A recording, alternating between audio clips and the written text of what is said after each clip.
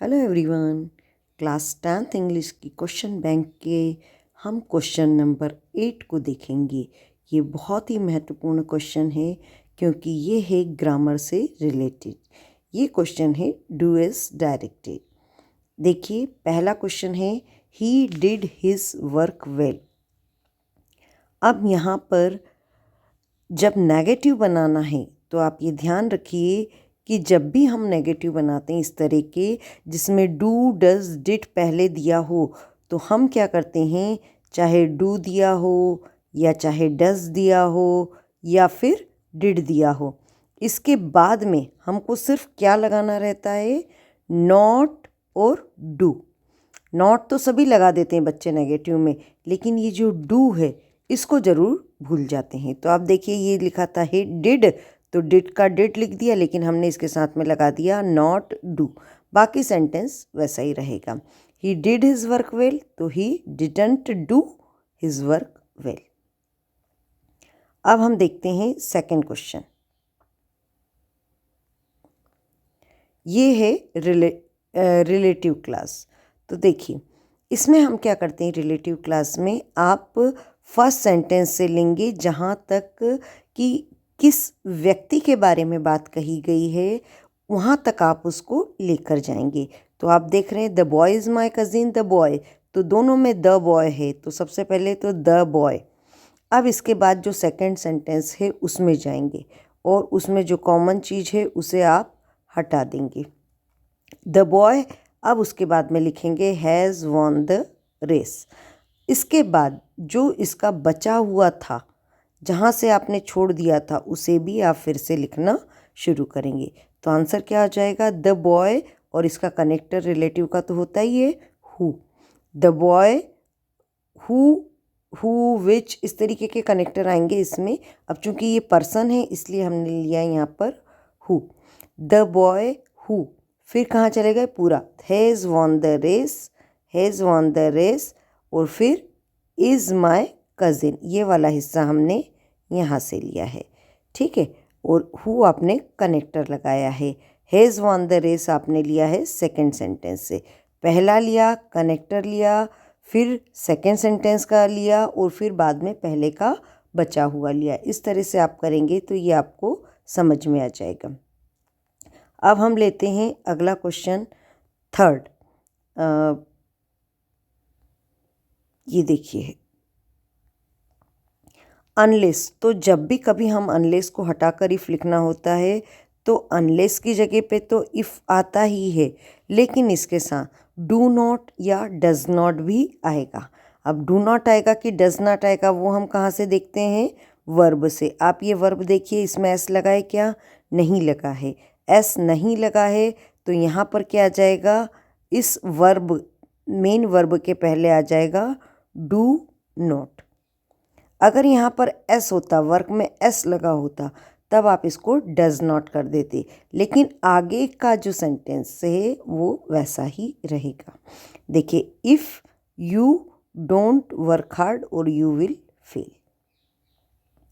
अब देखते हैं fourth question, Aman is very intelligent. ये तो बहुत सरल होता है, इसमें सिर्फ आपको क्या करना है, वेरी को हटाना है, सो लगाना है, और जो दोनों सेंटेंस हैं इसके बीच में आप लगाएंगे दैट, ठीक है। और चूंकि ये सेंटेंस पहले दो थे इसलिए ये एच कैपिटल था, अब आप इस एच को भी स्मॉल कर दीजिए, तो ये हो जाएगा Aman is so intelligent that he can pass this exam easily. और कोई चेंजेस नहीं होगा, सिर्फ वेरी को हटाना है, वेरी की जगह पे आप लगाएंगे सो, और दोनों सेंटेंस के बीच में क्या लगाएंगे, बीच में आप लगा देंगे दैट,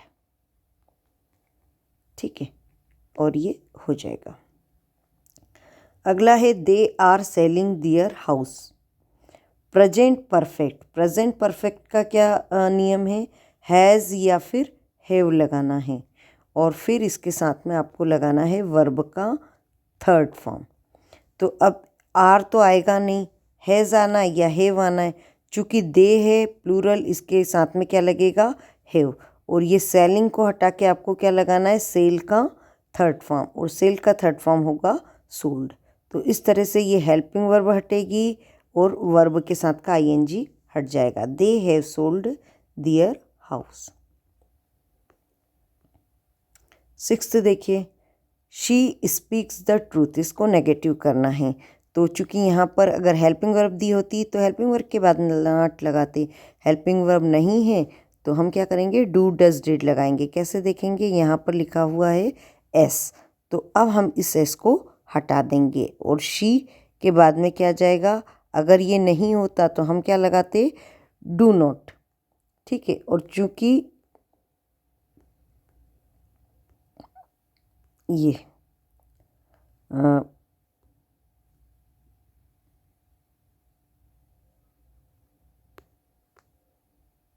देखिए, ये स्पीक्स था इसलिए हो जाएगा शी। अब डू नहीं होके ये क्या हो जाएगा, डजंट। लेकिन यहाँ पे डजंट लिखा है तो ये आपको स्पीक का एस भी हटाना पड़ेगा। तो ये क्या हो जाएगा, शी डजंट स्पीक, इसका एस भी आपको हटाना है। They have been player here since morning, और इसको क्या करना है आपको, सिर्फ पास्ट परफेक्ट कंटिन्यूस। तो पास्ट परफेक्ट कंटिन्यूस के लिए क्या होगा, हैड आएगा और बीन आएगा और वर्ब में आईएनजी लगेगा। तो देखिए, हैव तो दिया ही हुआ था तो आपको क्या लगाना है, हैव की जगह पर हैड। बीन भी दिया हुआ है, आईएनजी भी लगा हुआ है, इसलिए कुछ भी नहीं करना है, सिर्फ आपको हैव की जगह पर हैड लगा देना है। 8वां देखिए, he is too ill to go to school. तो आप, जैसा कि मैंने पहले भी बता रखा है कि ये वाला जो टू होता है इसकी जगह पर लगता है सिर्फ दैट, और ये वाला जो टू होता है इसकी जगह पर 4 चीज़ें लगती हैं। एक तो प्रोनाउन लगेगा, फिर प्रोनाउन के साथ में लगेगा कैन या फिर कुड, अगर पास्ट का होता तो कुड, कैन, कुड और नॉट।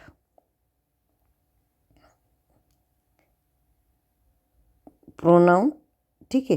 तो ये हो गया,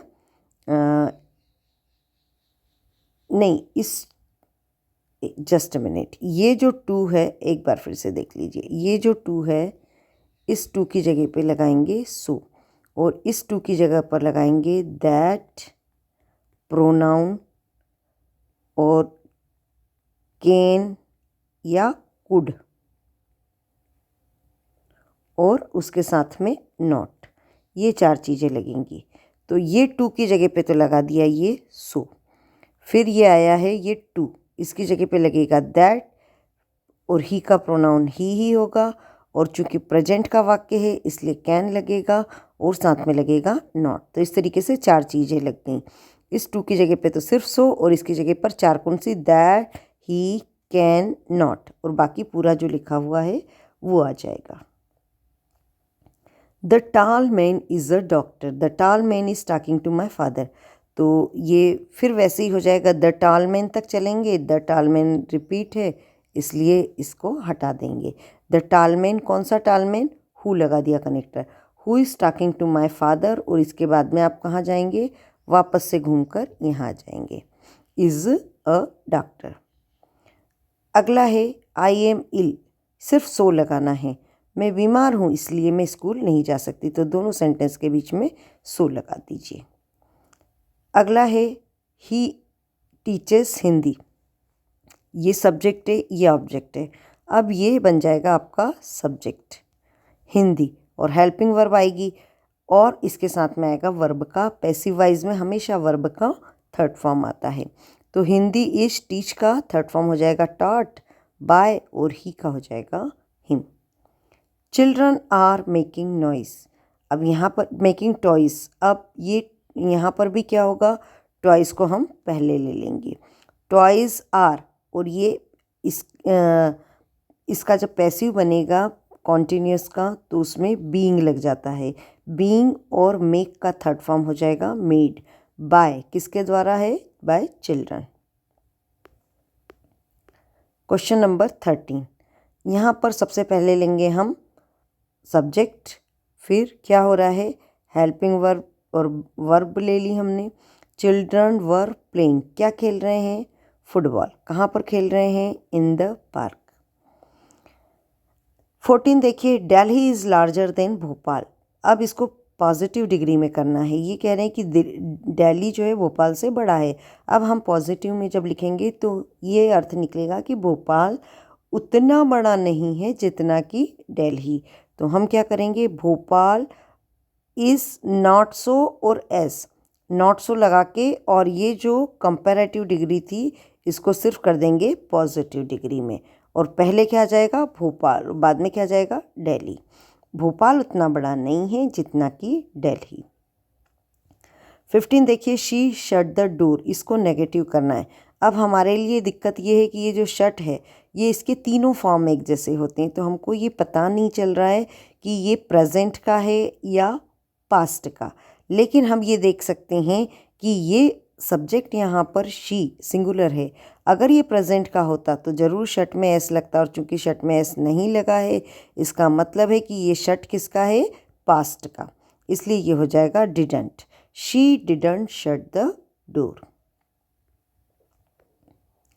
16 देखिए, ही हैज़ टेकन टी। इसको इंटेरोगेटिव करना है, तो कभी भी इंटेरोगेटिव करना होता है तो हम क्या करते हैं? हेल्पिंग वर्ब को आगे ले आते हैं। तो ये हो जाएगा, हेल्पिंग वर्ब को आगे लाने के बाद में has he taken T, question mark भी लग जाएगा।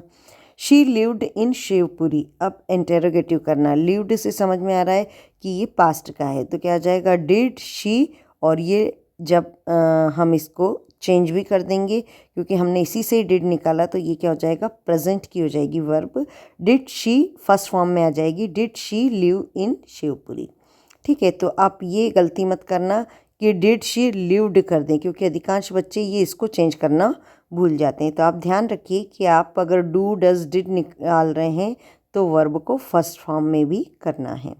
अब ये नेगेटिव करना। Anita read the Ramayana. तो जैसा कि मैंने शट में बताया उसी तरीके से ये अगर अनीता रीड्स आता, अगर ये फर्स्ट फॉर्म में होता तो प्रेजेंट में होता तो इसका मतलब है कि ये पास्ट का है। तो ये आ जाएगा Anita didn't read the Ramayana every day. 19, ये भी मैंने पहले ही बताया कि इस टू की जगह पर क्या लगता है? सिर्फ सो लगता है, लेकिन ये वाला जो टू है इसकी जगह पर बताया था हमने लगेगा दैट और लगेगा प्रोनाउन।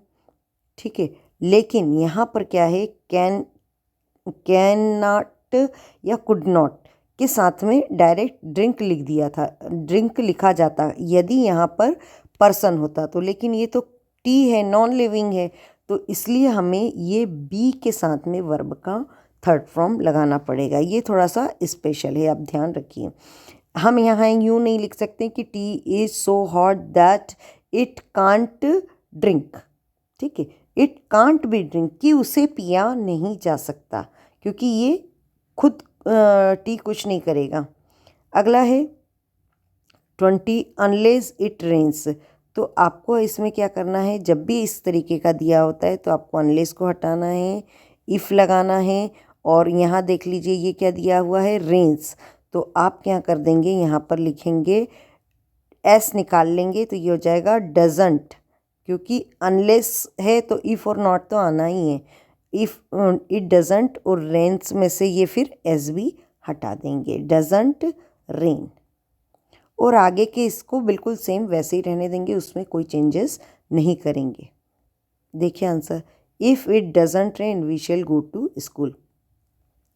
अगला देख लीजिए, इसमें उल्टा करना है आपको, इफ़ हटा के और अनलेस लगाना है। तो आप क्या करेंगे? इफ़ हटा दीजिए और ये डजंट हटा दीजिए, लेकिन ये जो एस है ये एस इसमें लग जाएगा। क्या हो जाएगा? अनलेस शी कम्स हो जाएगा। अगला है he is rich he is not happy. वो रिच तो है लेकिन फिर भी खुश नहीं है। येट लगाना है, तो बस दोनों सेंटेंस के बीच में येट लगा दीजिए।